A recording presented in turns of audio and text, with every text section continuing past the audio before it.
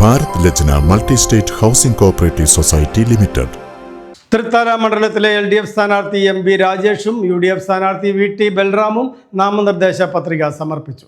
നേതാക്കൾക്കൊപ്പം എത്തിയാണ് തൃത്താല മണ്ഡലം LDF സ്ഥാനാർത്ഥി MB രാജേഷ് നാമനിർദ്ദേശ പത്രിക സമർപ്പിച്ചത്. ഉപവരണാധികാരി പട്ടാമ്പി തഹസിൽദാർ T സുജിത്തനായിരുന്നു പത്രിക കൈമാറിയത്. നേതാക്കളായ MR Murali, PN Mohanan, VK ചന്ദ്രൻ, ഹൈദ്രോസ് എന്നിവരും അദ്ദേഹത്തിനോടൊപ്പം ഉണ്ടായിരുന്നു. ഘടകകക്ഷി നേതാക്കൾക്കൊപ്പമാണ് തൃത്താല നിയോജക മണ്ഡലം UDF സ്ഥാനാർത്ഥി VT ബൽറാം നാമനിർദ്ദേശ പത്രിക സമർപ്പിക്കാനെത്തിയത്.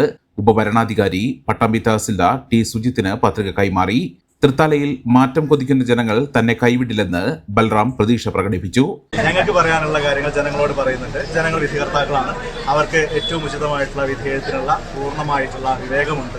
ആ വിവേകം, ആ രാഷ്ട്രീയ പ്രബുദ്ധത, അവരുടെ അനുഭവം, കഴിഞ്ഞ 10 വർഷത്തെ അവർ അനുഭവിക്കുന്ന ദുരിതം, അതൊക്കെ ഈ തെരഞ്ഞെടുപ്പിൽ കൊണ്ടുവരും. പാലക്കാട് ജില്ലയിൽ അത്തരത്തിലുള്ള ഡീലുകൾ ഉണ്ടാവാനിരിക്കുന്നതല്ല.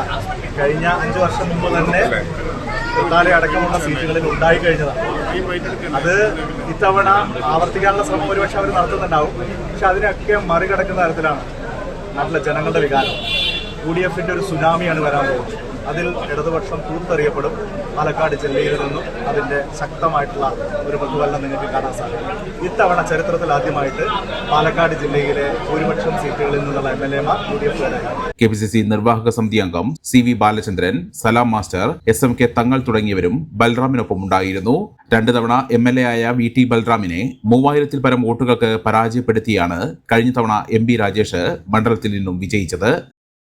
The Kottakkal Cooperative Urban Bank Limited, Head Office, Kottakkal. Phone 0483-274-2246.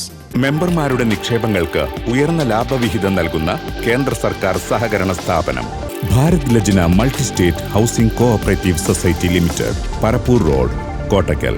Phone 9946 999976.